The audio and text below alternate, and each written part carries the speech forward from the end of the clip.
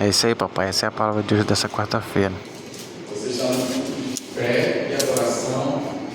E hoje é muito legal, né, quando a gente aprende.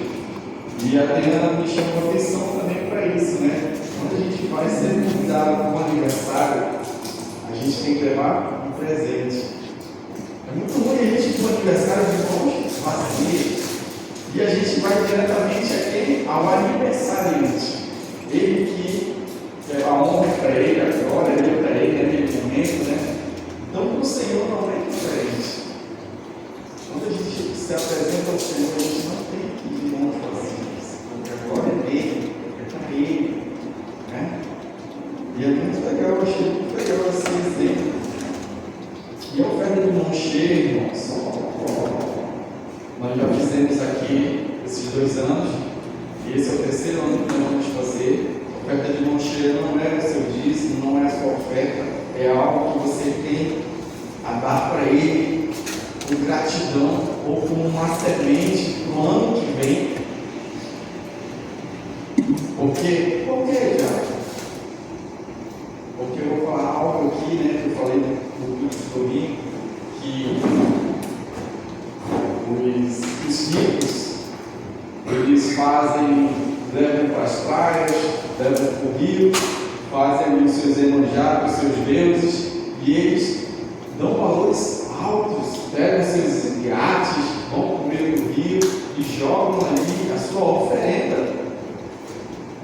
E como eu falei, não é pouca coisa que eles fazem não. É muita coisa para que o ano seguinte seja um ano abençoado. E como eu falei aqui também, e onde eles aprenderam isso? A Bíblia. Eles seguem isso. Então vamos fazer isso para o nosso Deus agora, para o nosso Senhor. Nós temos um Deus, um Pai, que Ele que cuida de nós. Então você está apontando a sua oferta numa poupança. Diga poupança. Poupança. Então é muito importante nós ofertarmos, dizimarmos e fazer essa oferta de mão cheia. Amém? Amém. Então, ore, peça do Senhor, né? Apresente o Senhor. Senhor, quanto eu posso dar? Quanto o Senhor quer que eu dê? Né? E vai fazendo a sua reserva até chegar no dia. Isso é muito importante. Amém? Amém. Então vamos lá, hoje você está no culto de fé e oração. Então gostaria que você pegasse sua Bíblia. Abrisse no livro de Mateus, capítulo 1. Mateus capítulo 12, perdão, versículo 1. Mateus 12, versículo 1.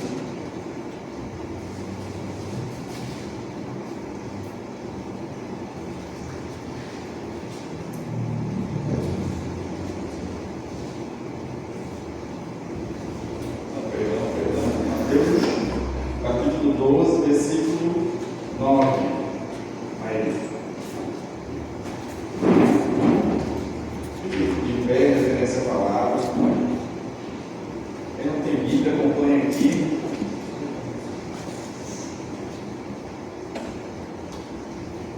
Disse assim a palavra do Senhor. E partindo dali, ele chegou à sinagoga deles. Quem partiu? Chegou na sinagoga de quem? De quem? De quem? Deles. De quem? Os fariseus. E ali estava um homem que tinha sua mão seca. E eles perguntaram para o acusar, dizendo: e ali é lícito curar no dia de sabate, no dia de sábado? 11. E ele lhes disse: qual homem haverá dentre vós que, tendo uma ovelha, e ela caindo em uma cova, no dia do sabate, não lançará a mão dela e o levantará?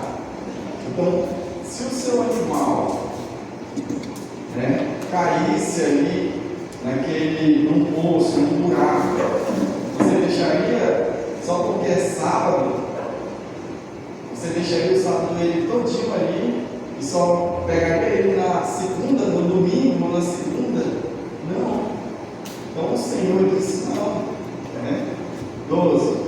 Pois, quanto mais vale um homem do que uma ovelha, portanto, é lícito fazer bem nos dias de sabate. Então ele disse que tem que fazer. Se é preciso pegar, se é preciso tirar ele do buraco, eu tenho que fazer. É o bem. Nós temos que fazer o bem. Eu não posso deixar, pode ser um homem, pode ser um animal, que está ali precisando de ajuda. Nós temos que fazer o bem. 13.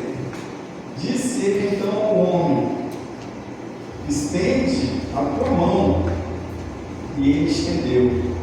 E lhe foi restaurada, sã como a outra. 14. E os fariseus, tendo saído, realizaram um concílio contra ele, como poderiam destruí-lo. Amém. Podem sentar? Então, irmãos, tinha um homem que estava na sinagoga. Esse homem estava com a mão seca, a mão paralisada, tinha um problema na mão, e ele estava na sinagoga. E aí o Senhor entra, chega lá naquele momento, e aí o que eles fazem? Eles não tinham, com certeza aquele homem foi lá para receber uma oração, uma cura, pelos fariseus, mas no momento ali não fizeram nada, porque era sábado. E no momento que o Senhor chegou ali, eles jogaram para quem? Para o Senhor, para Jesus. E o Jesus disse o quê? Não é lícito, é lícito que ele seja curado. Então ele deu um exemplo de um animal. Se ele caísse no buraco, claro que tinha que tirar ele. Se fosse um homem, também claro que tinha que tirar ele. Tinha que fazer o bem. E aí então o Senhor deu essa palavra para eles. E depois, no versículo 13, diz assim: disse ele então ao homem: estende a tua mão. E ele estendeu. A mão dele era seca, atrofiada, murcha, era uma mão ressequida. E o Senhor curou ele estendeu. Ele poderia muito bem não estender, mas ele foi lá e estendeu a mão. E o Senhor fez o quê? Restaurou, ficou tão sã quanto a outra. Amém? E no final os fariseus ficaram com raiva dele, queriam tramar contra ele para pegar ele de qualquer forma. Amém? Então aqui, irmãos, tem uma grande lição sobre a cura da fé ressequida.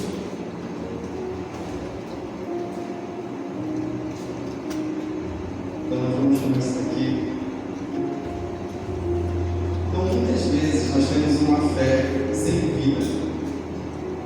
O que acontece quando uma planta ela fica sem água? Primeiro ela começa a murchar, depois ela começa a secar, e depois ela começa a perder a capacidade de absorver a vida. E é isso que acontece com muita gente. A gente começa a murchar, depois a secar, e depois perder a capacidade de absorver vida.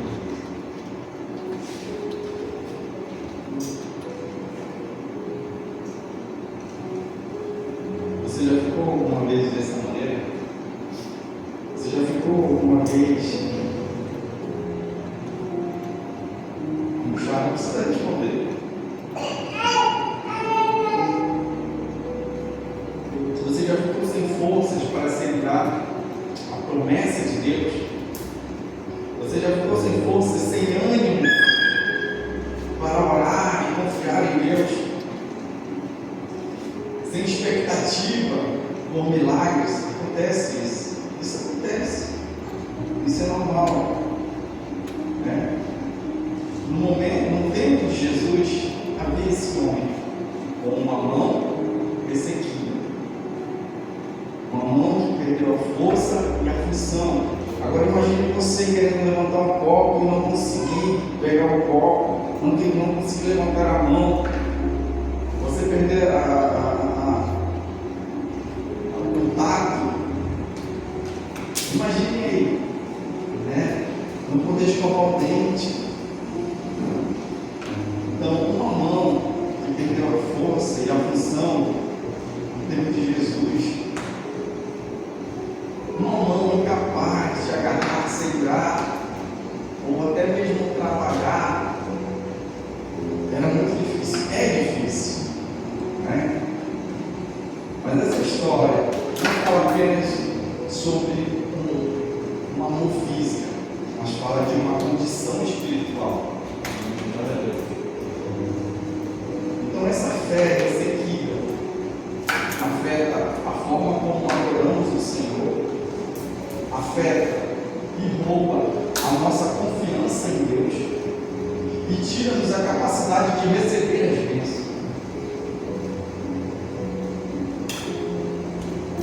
Mas Jesus veio para restaurar aquilo que estava atrofiado. Você sabia que até no momento que nós estamos aqui louvando a Deus, buscando o Senhor, adorando, nós temos que levantar as mãos, louvar, dançar, porque o inimigo ele não quer que você levante a mão, ele não quer que você louve, ele não quer que você abra a boca, que declare palavras de vida, que adore Ele, que louve Ele. Ele quer atrofiar nossas mãos, não só a nossa mão, mas a nossa fé. Ele quer roubar isso, a nossa confiança, a nossa forma de adorarmos e a capacidade de receber as bênçãos. Como é que eu vou receber uma bênção do Senhor se eu não levanto? Está tudo atrofiado. Aleluia, glória a Deus. Verdade. E hoje vamos examinarmos algumas verdades da história e descobrir como Jesus pode curar a nossa fé que está ressequida.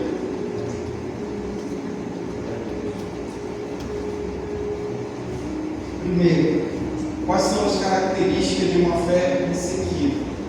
Uma fé sem unidade.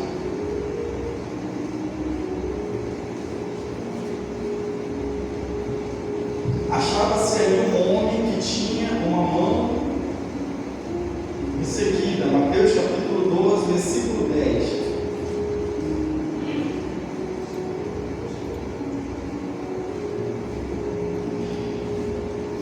E uma fé ressequida, ela se manifesta de várias formas na nossa vida. Você sabia disso?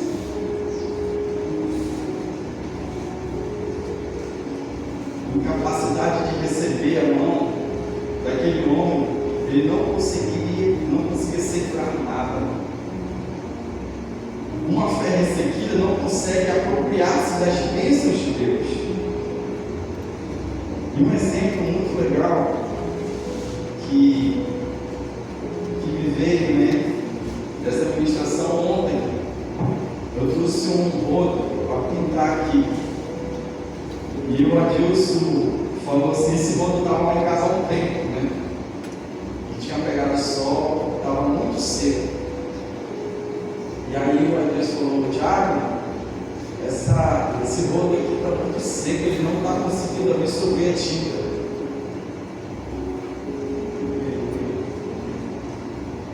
Aí eu falei,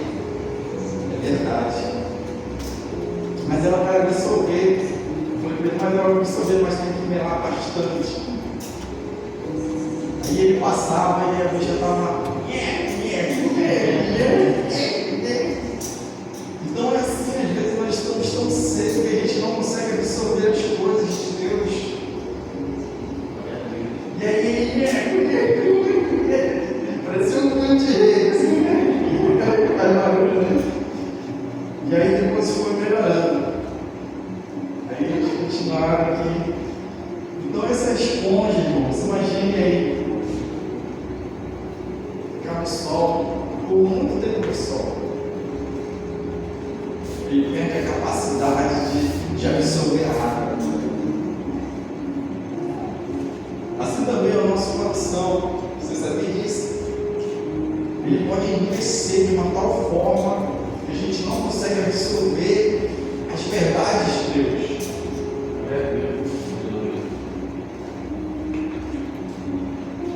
Porque a Bíblia diz: conhecereis a verdade vos libertará. E a gente não consegue, porque a gente está seco. Nem a mão daquele. Assim também é o nosso coração. E quais são os sinais, Diácono, de que a fé está ressequida? A adoração torna-se mecânica. Não tem mais aquele fogo, não tem mais aquela alegria. Quando a gente adora de qualquer jeito, a gente fica seco, já é automático. A oração perde a paixão. Quando nós orarmos, nós temos que falar com o Senhor como se estivéssemos apaixonados.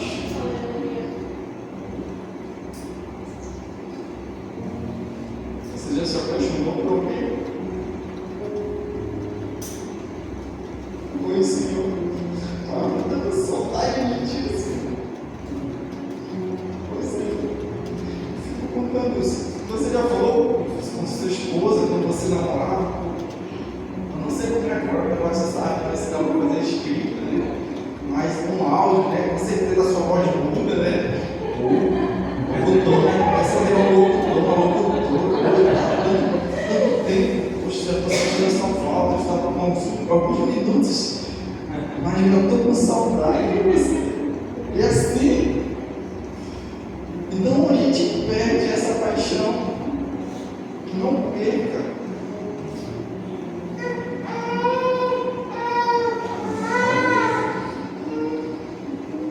Outro sinal, a expectativa por milagres desaparece.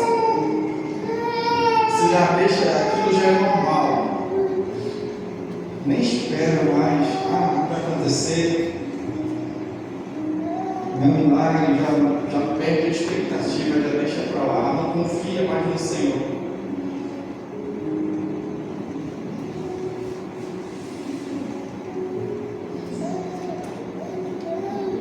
A perda da função é propósito de fé. Aquele homem ainda tinha lá, estava ressequida, mas ele estava com a mão dele. Mas não funcionava. Ele estava com nós. Não adiantava para nada. Ele tem aquela mão dura. E muitos homens e mulheres ainda frequentam, estão na igreja, servem ao Senhor, mas aí perderam essa função da fé. Acontece, isso é normal, mas não podemos deixar isso acontecer. Se a sua oração está automática, não mude isso. Uma outra ilustração aqui, quando a gente deixa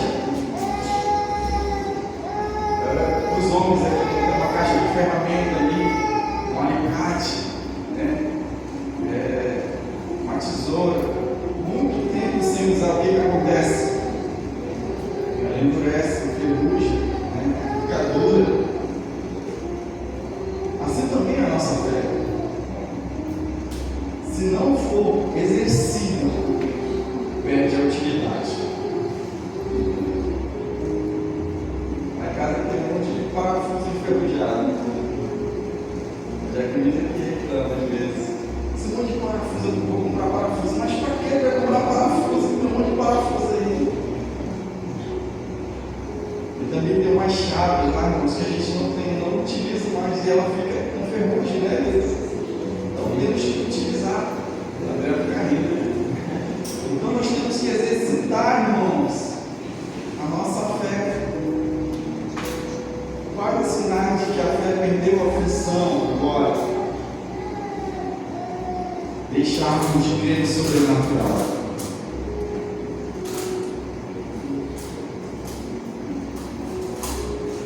Crer no sobrenatural. Crer no milagre. Crer nas coisas de Deus, nas coisas do alto. Nós queremos viver agora muito pela lógica, sem espaço para a fé. Isso são sinais de que a fé perdeu a função. Outro sinal que perdemos a fé, a nossa esperança em Deus enfraquece. Então nós não podemos deixar de perder a fé. Nós temos que utilizar, senão nós vamos enferrujar. Mas por que Jesus quer curar a nossa fé? Mateus capítulo 12, versículo 12.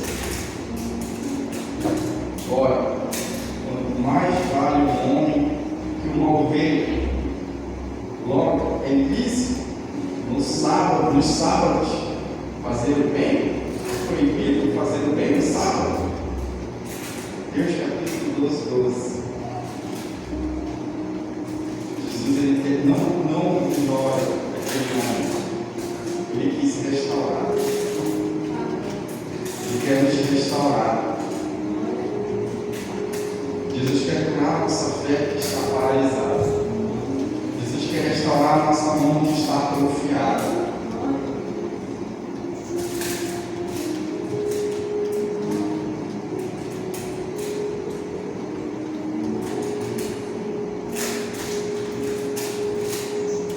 Pertencemos a Ele. João capítulo 10, versículo 14. Diz aí: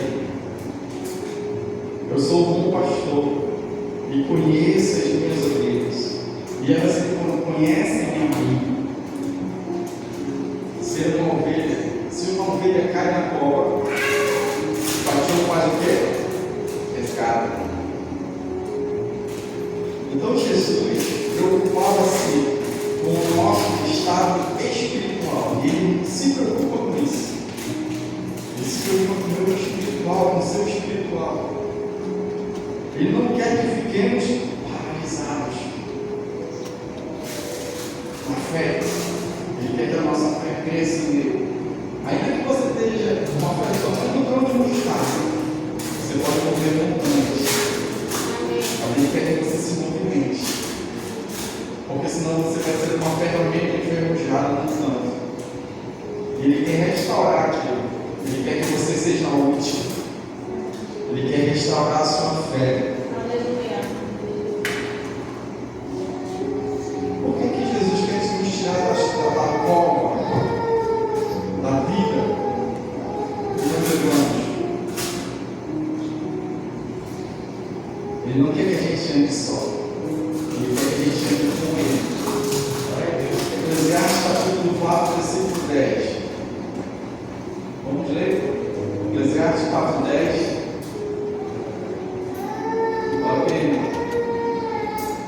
Olha aí. Porque se caírem, levanta o companheiro. Ali, porém, do que estiver só, hoje caído, não haverá quem o levante. Se você estiver só, não vai ter ninguém para te levantar. Se você Senhor na sua vida, Ele vai te levantar.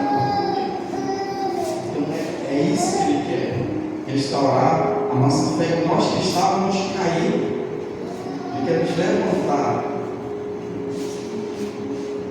E muitas pessoas, irmãos, vivem presas nas covas porque está sozinho.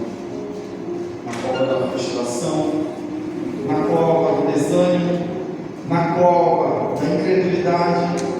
Então Jesus quer restaurar para vivermos com propósito. Diga propósito. Propósito. Você tem uma nota de R$50. Se você amassar, ela continua sendo R$50. Mas o propósito dela é estar amassada? Não. O propósito dela é ela tem um valor. E o valor dela continua o mesmo. Ela não perde valor só porque está amassada. Então nós temos esse valor. Nós somos assim. Nós temos valor para Deus. Nós continuamos o mesmo. Como Jesus cura a nossa fé? Então, disse ao homem: estende a mão. E o que aconteceu? Ele estendeu. Ele poderia dizer assim: eu não vou estender a mão. Mas ele estendeu. Mateus capítulo 12, versículo 13. E aconteceu o quê? Milagre. Através da sua, diga, palavra. Palavra dele. De sorte que a fé vem pelo ouvir a palavra de Deus. Romanos capítulo 10, versículo 17.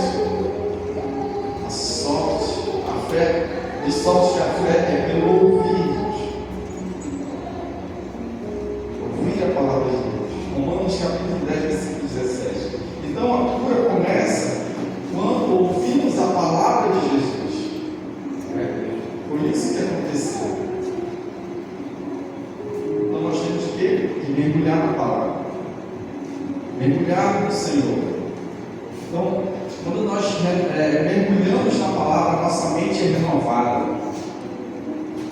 a nossa mente é restaurada, e nós conhecemos a verdade quando nós estamos mergulhados na palavra. Outra coisa que aconteceu e ele obedeceu, quando o Senhor disse assim: estenda as suas mãos. Ele estendeu, ele obedeceu. Se alguém me ama, guardará a minha palavra. Então obedeça. Obedeça ao Senhor. Senhor, eis-me aqui. Eis-me aqui. O Senhor fazer o que o Senhor quiser na minha vida. Então obedeça. Lá em João capítulo 14, versículo 23. Então o homem poderia ter dito: mas a mão está ressequida, eu não posso lhe dar. Mas ele obedeceu. O importante, irmãos, é ouvir e obedecer. E aconteceu o que? Ele foi curado. E como eu posso ver isso? Eu só posso provar algo para alguém quando eu estou na situação. Vou dar um exemplo aqui. Se eu posso, por exemplo, ter uma ponte aqui, eu só posso dizer para o Francisco se essa ponte está segura se eu estiver em cima da ponte. Aí eu digo: Francisco, é segura, pode vir. É assim. Não provamos que a ponte é segura quando só olhamos para ela. Agora, se eu digo para o Francisco, vai lá que a ponte é segura, ele não for, se não for, ele cairá.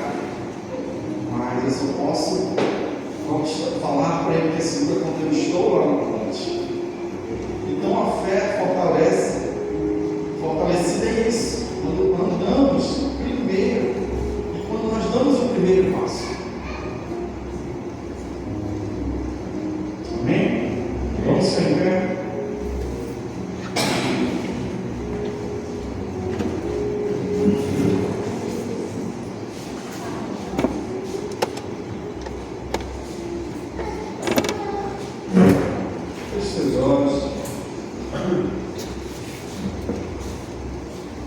Eu não sei como é que está a sua fé. Se precisa de restauração.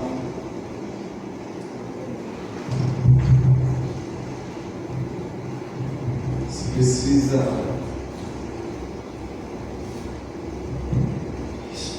de cura. Mas hoje nós vamos orar. E nós vamos colocar em prática aquilo que às vezes nós deixamos enferrujado, e aquela ferramenta enferrujada, a nossa fé. Hoje você vai falar com o Senhor e você vai exercer de novo.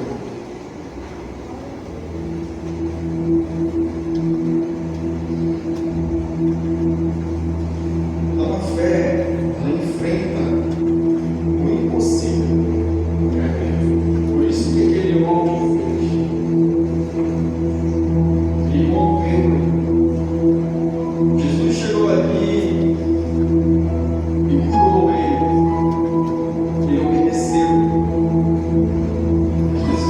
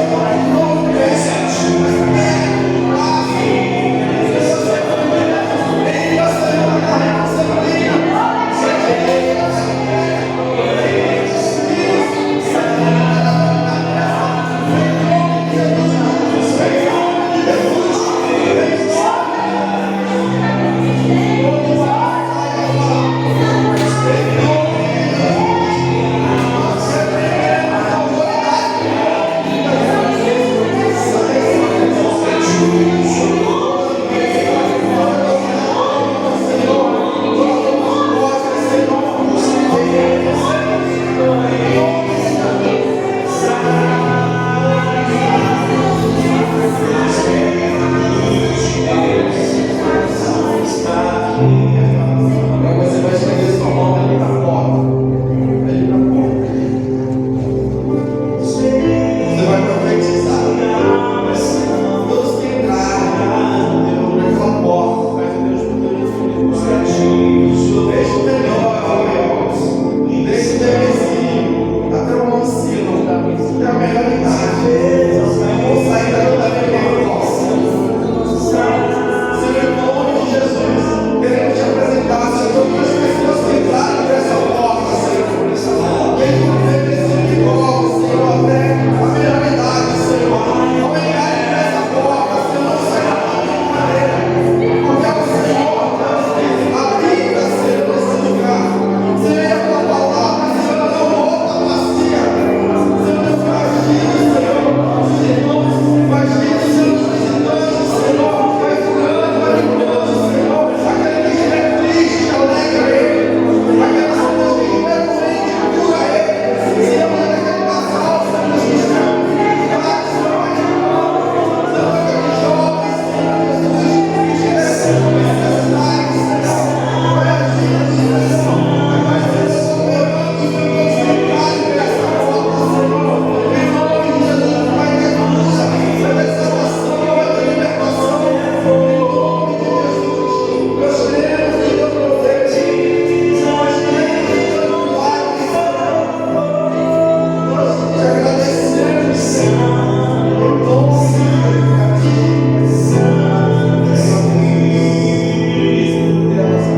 Agora você vai orar por você. Coloque a mão na sua cabeça. Você vai declarar para você mesmo, né?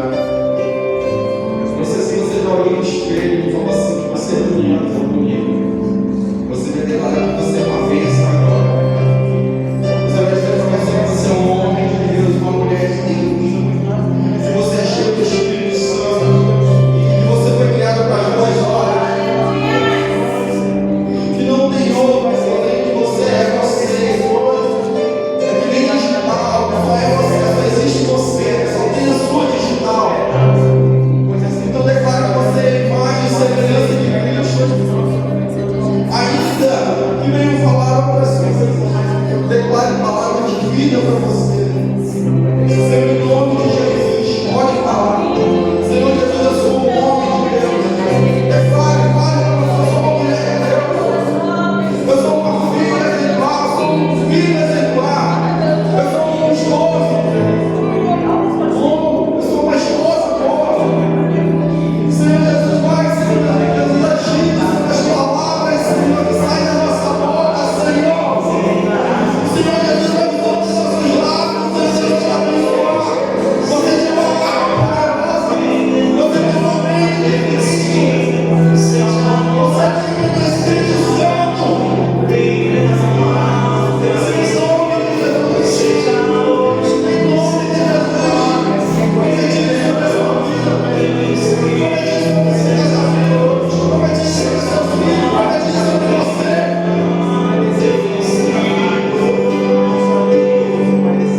Jesus. Em nome de Jesus. Agora você vai cobrir a sua mente com o capacete da salvação. Senhor Jesus, cobre a minha mente com o capacete da salvação. Coloque a mão no peito. Coloque o meu peito com a couraça da justiça. Lava assim os seus pés. Coloque os teus pés. Sandália do Evangelho. Para não escorregar nas ciladas.